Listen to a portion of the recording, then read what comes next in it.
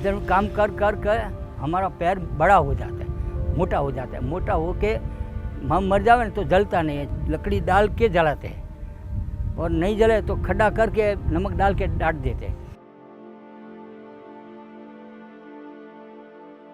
अगर खाने में कभी नमक ना हो तो खाने का टेस्ट उतर जाता है।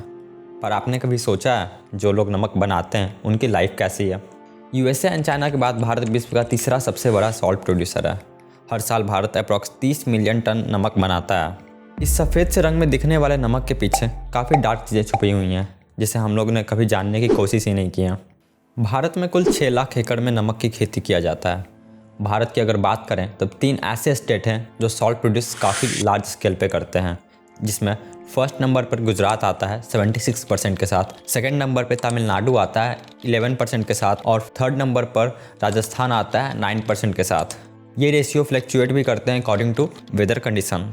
वैसे तो नमक की खेती बाकी सब खेती से काफ़ी अलग होता है, और जो लोग नमक की खेती करते हैं उन्हें अगरियाज बोला जाता है। अगरियाज एक कम्युनिटी है जो सालों से नमक की खेती करते हैं सरकारी ज़मीन पे, जिससे वो अपने पूरे साल का खर्च निकाल सकें।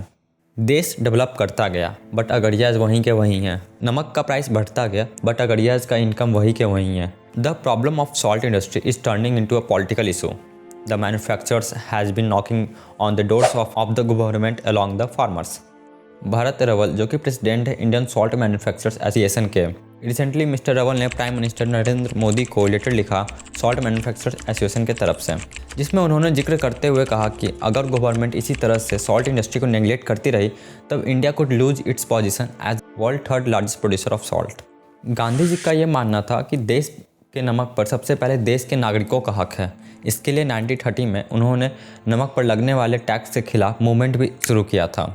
भारत को आज़ाद हुए 75 साल हो गए बट नमक पर लगने वाले रूल आज भी सेम हैं।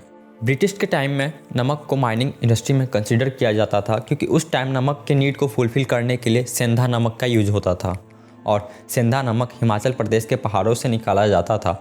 बट अब ये प्रोसेस काफ़ी चेंज हो गया है। आज के टाइम 99.5% से भी ज़्यादा नमक सी वाटर और सबसॉइल वाटर से प्रोड्यूस किया जाता है, और इस प्रोसेस में seeding, cultivation and harvesting involve है।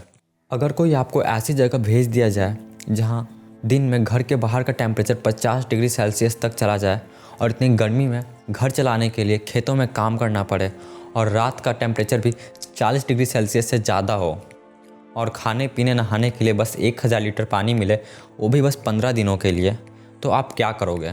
ऐसे ही होता है अगरियाज की life, and most of the Agariyas are womens, जो कि सुबह से लेकर शाम तक इतनी गर्मी में खेतों में काम करती हैं। पर क्या इनके वर्क के अकॉर्डिंग पैसा मिल रहा? जहां हम लोग 1 kg सॉल्ट के लिए 20 से 30 रुपये पे कर रहे हैं, वहीं अगरियाज को बस 20 से 30 पैसे पर केजी मिल रहा है। क्या ये प्राइस पॉइंट उनके हार्डवर्क को जस्टिफाई करता है? 1991 में किसानों को 1 टन के बदले 70 रुपया मिलता था।